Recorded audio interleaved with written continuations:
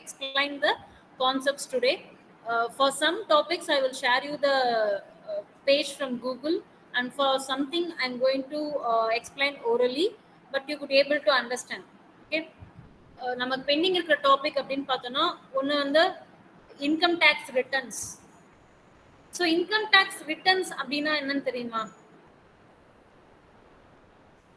Ma'am income tax ரிட்டர்ன்ஸ்னா இப்போ நம்ம file பண்ணும்போது அதில் மீன்ஸ் கொஞ்சம் எக்ஸஸாக போகும்போது வர்றது தானே மேம்? இன்கம் டேக்ஸ் ரிட்டர்ன்ஸ் அப்படின்றது இட் இஸ் நாட் எக்ஸஸ். நம்ம அந்த ரிட்டர்ன்ஸ் திரும்பி வர்றதுன்னு சொல்லுவோம்ல, அந்த returns it should be written ma'am. It should be filing. Actually the filing is the word. Here we are saying it is a income tax. Okay, submit பண்றது ma'am. Submit பண்றது. நீ வந்து உன்னோட ஃபைலை வந்து சப்மிட் பண்றது தான் நம்ம இன்கம் டேக்ஸ் ரிட்டர்ன் அப்படினு சொல்றோம். பேஜ் ஷேர் ஆகுதா? இல்ல ma'am. No ma'am. No ma'am. No ma'am.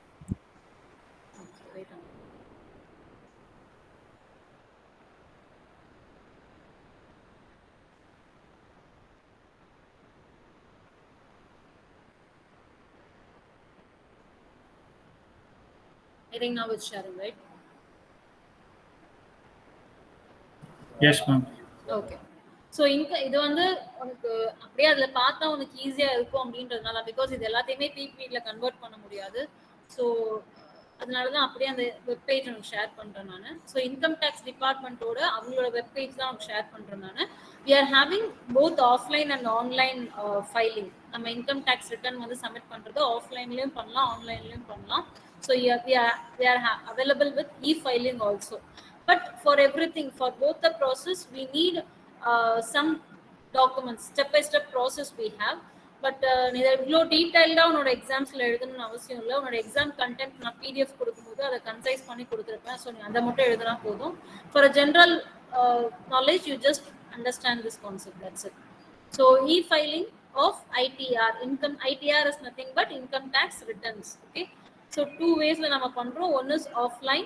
In the offline, so here are some steps they have given. So adukku enna maathiriyana softwares unakku veno, enna maathiriyana need unoda idla irukanum அப்படின்றதே அவங்க கொடுத்திருக்காங்க.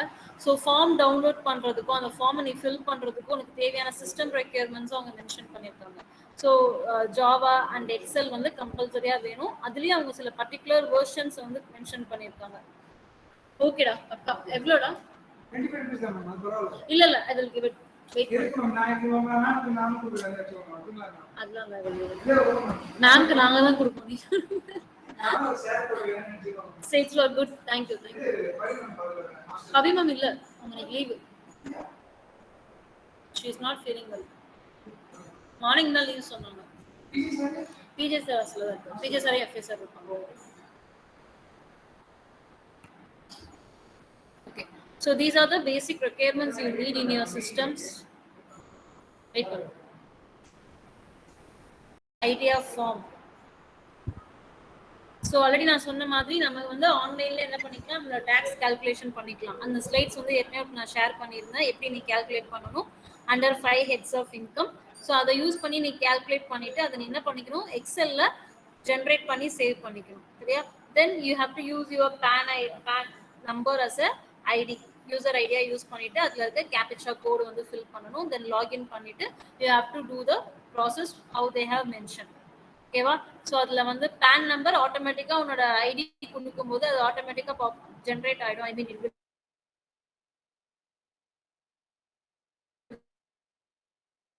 shown, and then assess and filing type and submission mode, எந்த மோட்ல நீ submit பண்றியோ அதை select பண்ணனும். and then upload as a XML நீ upload பண்ண வேண்டியிருக்கும். ஓகேவா?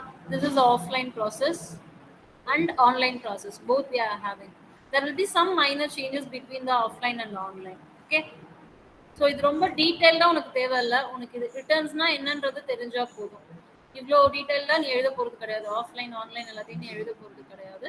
So just you want to know what is income tax returns or returns of income. Okay, this is one major concept. Second one is rate of taxation. Rate of taxation அப்படின்றது ஏற்கனவே நான் கூட discuss பண்ணியிருக்கேன்.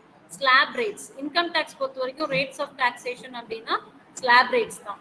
Slab rates அப்படின்றது every year என்ன ஆயிட்டே இருக்கும், it will be changed. sometimes it will be changed.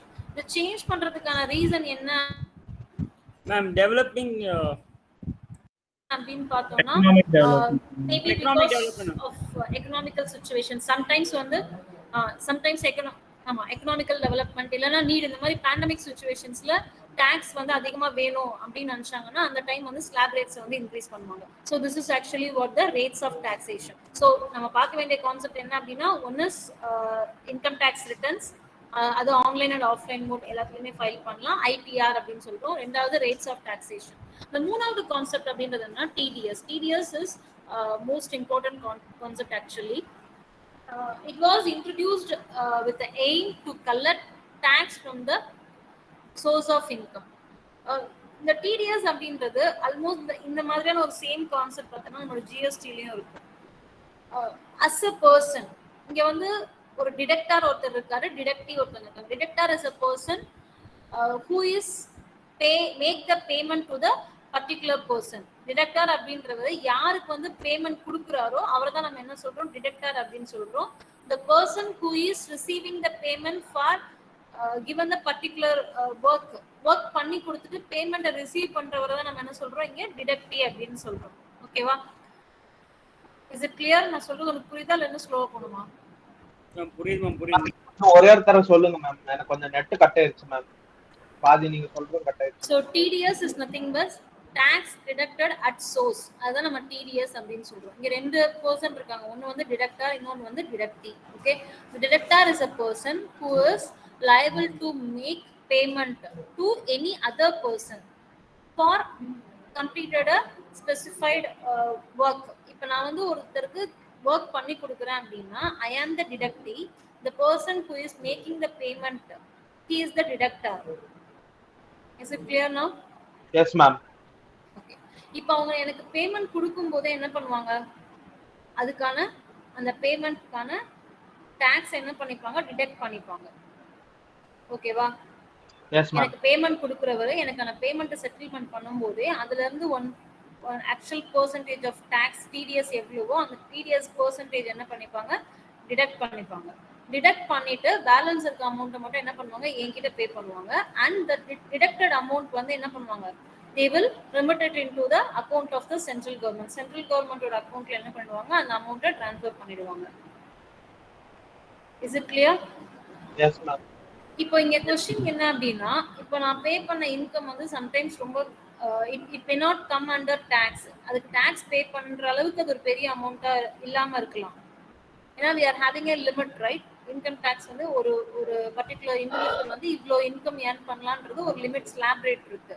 So என்னோட இன்கம் வந்து அந்த லிமிட்குள்ளே வராமல் இருக்கலாம். ஐ மேபி மினிமம் இன்கம் ஏர்னராக இருக்கலாம். So at that time what I have to do is at the end of the year or particular period I have to claim for the credit of that particular amount. எவ்வளோ TDS நான் என்னோட அக்கௌண்ட்ல எனக்கு கொடுக்க வேண்டிய அமௌண்ட்ல இருந்தா TDS பே பண்ணிருக்காங்க. So நான் என்ன பண்ணணும், ஃபார்ம் 26AS அப்படின்னு ஒரு ஃபார்ம் இருக்கு, ஆர் டிடிஎஸ் சர்டிஃபிகேட் அப்படின்னு ஒன்று இருக்கு. அந்த டிடிஎஸ் சர்டிஃபிகேட்ன்றது ஒரு டிடெக்டார் வந்து என்ன பண்ணுவாங்க, கொடுப்பாங்க டிடெக்டிக்கு. ஸோ இந்த ஃபார்மை ஃபில் பண்றது மூலியமா I could able to claim the amount. என்னோட இதுல இருந்து எவ்வளோ டிடெக்ட் பண்ணாங்களோ அந்த அமௌண்ட்டை நான் என்ன பண்ண முடியும், to the central government I could able to claim. Is it clear now? Yes ma'am. Ma'am. Yes ma'am. Yes ma'am.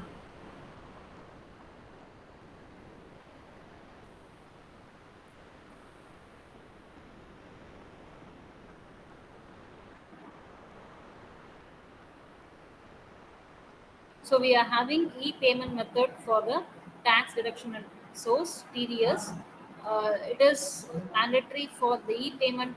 இதுல வந்து tax TDS பொறுத்த வரைக்கும் it is a mandatory, electronic mode is the mandatory payment and it is mandatory for all the corporates especially and also all the assessees who are coming under the section 44AB of the Income Tax Act 1961 other than company. So companies என்ன பண்ணணும், e-payment தான் பண்ணணும். அது இல்லாம இந்த particular இன்கம்குள்ள வர்ற எல்லாருமே வந்து இந்த இ-பேமெண்ட் சிஸ்டம் தான் இதில் ஃபாலோ பண்ணி ஆகணும். Is it clear? So TDS அப்படின்றது இவ்வளோதான். இது வந்து பெரிய கான்செப்ட்ஸ் ஒன்றும் கிடையாது. இதெல்லாமே உனக்கு 2 மார்க்ஸில் வரதுக்கு தான் சான்சஸ் இருக்குது. இப்போ நான் சொன்ன இந்த rates of taxation ITR, income tax returns அப்படிங்கிறது, அண்ட் தென் டிடிஎஸ் அப்படிங்கிறது எல்லாமே உங்களுக்கு 2 மார்க்ல தான் கொஸ்டின்ஸ் அரைஸ் பண்ணுவாங்க. அண்ட் இந்த இன்கம் டேக்ஸ் அப்படின்ற கான்செப்ட் ஆரம்பிக்கும் போது someone has raised the question, நம்ம இதுல அட்வான்ஸ் டேக்ஸ் சிஸ்டம் இருக்கா, இன்கம் டேக்ஸை நம்ம என்ன பண்ண முடியுமா, அட்வான்ஸா நம்ம பே பண்ண முடியுமா அப்படின்னு சொல்லி சில கொஸ்டின் அரைஸ் பண்ணுவாங்க. So I have an answer for that. Yes, we could able to pay advance tax in the case of income tax also. Actually GST ல ஒரு கான்செப்ட் இருக்கு. GST ல என்ன அப்படின்னா, GST ல வந்து GST பே பண்றதுல நம்ம நிறைய கேட்டகரிஸா டிவைட் பண்ணுவோம். அப்படி டிவைட் பண்ணும்போது ஒரு பர்டிகுலர் கேட்டகரி ஆஃப் பர்சன் என்ன பண்ணணும்னா கம்பல்சரியா அவர் அட்வான்ஸ் டேக்ஸ் GST பே வந்து பே பண்ணணும். நம்ம வந்து காம்போசிட் பில்லர் அப்படின்னு சொல்லுவாங்க. The reason is he will for example I am residing in Karnataka. I am going to give some service to the Chennai. என்னோட சர்வீஸ் வந்து நான் அதாவது for business purpose I am going to provide some service to the corporates in Chennai. சென்னையில் இருக்கிற ஒரு corporate ஆஃபீஸ்க்கு என்னோட service வந்து நான் ப்ரொவைட் பண்ண போகிறேன் அப்படின்னா, here I have registered my company in Karnataka. என்னோட கம்பெனி ரிஜிஸ்டர் பண்ணது கர்நாடகாவில். டெம்பரவரியாக நான் ஒரு ப்ராஜெக்ட்காகவோ இல்லை ஒரு சர்வீஸ் ப்ரொவைட் பண்ணுறதுக்காக என்ன பண்ண போகிறேன், சென்னையில் இருக்கிற ஒரு கார்பரேட் கம்பெனியில் some 3 months இல்லை 2 months வந்து நான் ஒர்க் பண்ண போகிறேன். So what I have to do is I have to calculate my GST, how much I have to pay. So என்னோட ப்ராஃபிட் எவ்வளோ இருக்க போது நான் சர்வீஸ் ரெண்டர் பண்ணுறேன் இல்லையா, அதுக்கு நான் எவ்வளோ இன்கம் ஏர்ன் பண்ண போகிறேனோ அதை கால்குலேட் பண்ணிவிட்டு அதுக்கான ஜிஎஸ்டி அமௌண்ட்டை பிஃபோராக நான் என்ன பண்ணேன்னா பே பண்ணிடுவேன். அப்படி பே பண்ணிவிட்டு ஐ have to get entered in to the work. அப்புறம் தான் என்னால் என்ன பண்ண முடியும், அந்த ஒர்க்கில் வந்து என்ட்ராக முடியும். இந்த மாதிரி ஒரு கான்செப்ட் வந்து ஜிஎஸ்டியில் இருக்குது. இந்த ஜிஎஸ்டி 5th யூனிட் படிக்கும்போது இந்த கான்செப்ட் நம்ம படிக்கும்.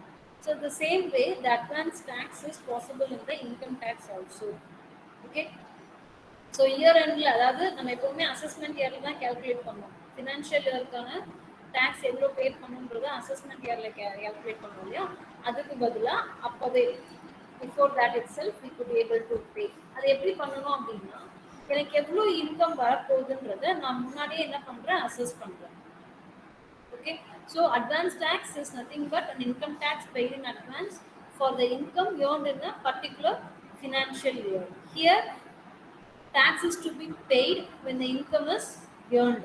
எப்போ வந்து இன்கம் earn பண்றோமோ and then or before ஒரு estimate பண்றேன். As a taxpayer I am estimating that how much is the income I am going to earn for the entire year நான் எவ்வளோ இன்கம் earn பண்ண போறேன்றதை எஸ்டிமேட் பண்ணி பிஃபோரா என்ன பண்றேன், நான் டாக்ஸ் பே பண்றேன். So here again a question arises, suppose நான் எக்ஸஸா பே பண்ணிட்டேன்னா அது என்ன ஆகும் அப்படின்ற மாதிரி கொஸ்டின் இருக்கலாம். அப்படி இல்லைன்னா நான் வந்து கம்மியா பே பண்ணிட்டேன், நான் எக்ஸ்பெக்ட் பண்ணதை விட நான் அதிகமா இன்கம் ஏர்ன் பண்ணியிருக்கேன் அப்படின்னா நான் என்ன பண்ணணும் அப்படின்ற 2 கொஸ்டின் அரைஸ் ஆகும். So for the first question, if suppose you have paid the excess advance tax, you can receive a refund subject to section 237 of Income Tax Act with 6% interest per annum and the excess amount.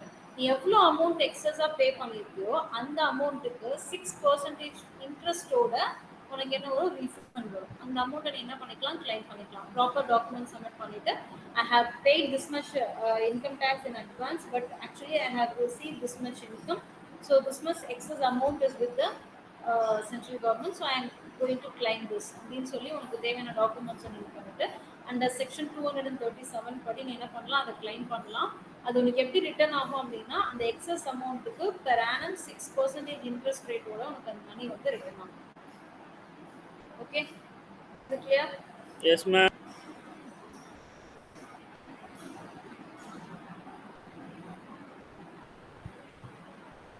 அது மாதிரி ஏதாவது short fall ஆச்சு அப்படின்னாலும் before 31st March of the particular year you have to calculate the money and you have to pay back to the department, IT department. So நீ வந்து அதிகமாக earn பண்ணிட்டு நீ பே பண்ண அட்வான்ஸ் டேக்ஸ் வந்து கம்மியாக இருக்குது அப்படின்னாலும் நீ என்ன பண்ணணும், அதை கால்குலேட் பண்ணி you have to pay back to the IT department. Ma'am அது வந்து டைம் இருக்காது மேம். 31st மார்ச்சுக்கு அப்புறம் தான் சப்மிஷனே டைம் இருக்குல்ல மேம். கொஞ்சம் ஒரு 1.5 months 2 months தானே மேம். நீ தான் ஏற்கனவே அட்வான்ஸ் டேக்ஸ் தானே கால்குலேட் பண்ணியிருக்க. அட்வான்ஸ் இப்போ நான் வந்து ஒரு 2 lakh வரும்னு நான் எஸ்டிமேட் பண்ணி கால்குலேட் பண்ணி ஆல்ரெடி நான் பே பண்ணிட்டேன். இப்போ அந்த வருஷம் எனக்கு நான் கால்குலேட் பண்ணதுல எனக்கு இன்கம் வந்து 1,50,000 சாரி எனக்கு 2,50,000 இன்கம் வந்திருக்கு. ஸோ அந்த 50,000 தானே நான் பே பண்ண போறேன். இல்லை மேம் நான் சொல்கிறது வந்து அவன் வந்து இப்போ வந்து அவன் இன்கம் வந்து அவன் கால்குலேட் பண்ணுறதுக்கு எப்படியும் March 31 அப்புறம் கால்குலேட் பண்ணி தான் தருவான். ஸோ எப்படியும் அவன் டைம் லிமிட் இருக்கலாம், ஒரு 2 monthsக்குள்ள கட்டணும், March 31 அப்புறம் அப்படி கேட்குறேன் மேம். இல்லை March 31 அன்னைக்கே அதுக்கு முடிச்சவன் அப்படி கேட்குறேன். Before March advance tax pay பண்றவங்க மட்டும் before 31st March they have to pay the money shortfall ஆகிற அமௌண்ட் வந்து before 31st they have to pay. This is purely for advance tax. Okay. So இதுல வந்து பெனிஃபிட்ஸ் இருக்கு. எதர் நீ வந்து எக்ஸஸா பே பண்ணியிருந்த அப்படின்னா உனக்கு 6% இன்ட்ரெஸ்ட் வரும் இல்லையா? ஓகே ஆமாம் ma'am. So that's a benefit. அந்த 6% இன்ட்ரெஸ்ட் எப்போ வரும் அப்படின்னா உன்னோட டாக்ஸ் லயபிலிட்டி நீ பே பண்ணியிருக்க பாருங்க, அதாவது அது எக்ஸஸா 10% மோர் எக்ஸஸ் இருக்கும். நான் சொல்றது உனக்கு புரியுதா? உன்னோட இப்போ நான் ஃபார் எக்ஸாம்பிள் வந்து நான் 2 lakh அஷ்யூம் பண்ணி நான் டாக்ஸ் பே பண்ணியிருக்கேன். அட்வான்ஸ் டாக்ஸ் வந்து 2 lakhs இன்கம் வரும்ன்ற மாதிரி அஷ்யூம் பண்ணியிருக்கேன். எனக்கு எக்ஸஸா இருக்கிறது 10% விட அதிகமான excess is more than 10% of tax liability. அப்பதான் அந்த 6% நான் கிளைம் பண்ணுவேன். ஸோ 20,000 மேலே இருக்கணும். இப்போ 2 lakhsனா ஒரு 20,000 மினிமமாக இருந்தால் தான் 6% நம்மளுக்கு வரும். ஆமா ஆமா, அவ்வளவு நான் எக்ஸஸா இது பண்ணியிருந்தேன்னா நான் 6% கிளைம் பண்ணுவேன். 10% கீழே இருந்தால் அந்த 6% இன்ட்ரெஸ்ட் வராது மேம். இன்ட்ரெஸ்ட் வராது. we could not claim it. You can receive the excess வந்துரும், ஆனா அந்த இன்ட்ரெஸ்ட் ரேட் வராது. 6% interest per so annum. Advance டேக்ஸோட 10% அமௌண்ட் தான் நம்ம கட்டணும். அதாவது ஃபைனலா கால்குலேட் பண்ணும்போது நீ உன்னோட எக்ஸஸ் மணி வந்து டாக்ஸ் லயபிலிட்டியை விட 10% அதிகமா இருந்துச்சுன்னா, கவர்மெண்ட் கிட்ட உன்னோட எக்ஸஸ் மணி இருக்கா, அந்த எக்ஸஸ் மணி டாக்ஸ் லயபிலிட்டியை விட 10% அதிகமா இருந்துச்சுன்னா அந்த 6% நீ கிளைம் பண்ணலாம். Okay ma'am. So this is what advanced taxes. Okay. So நம்ம 4 கான்செப்ட் பார்த்திருக்கோம். அந்த 4 கான்செப்ட் இந்த யூனிட் கம்ப்ளீட் ஆகுது. So income tax returns, rates of taxation, TDS and advance tax. ஓகேவா? இதெல்லாம் டவுட்ஸ் இருந்துச்சுன்னா கேளு. Wait a minute. யாருமே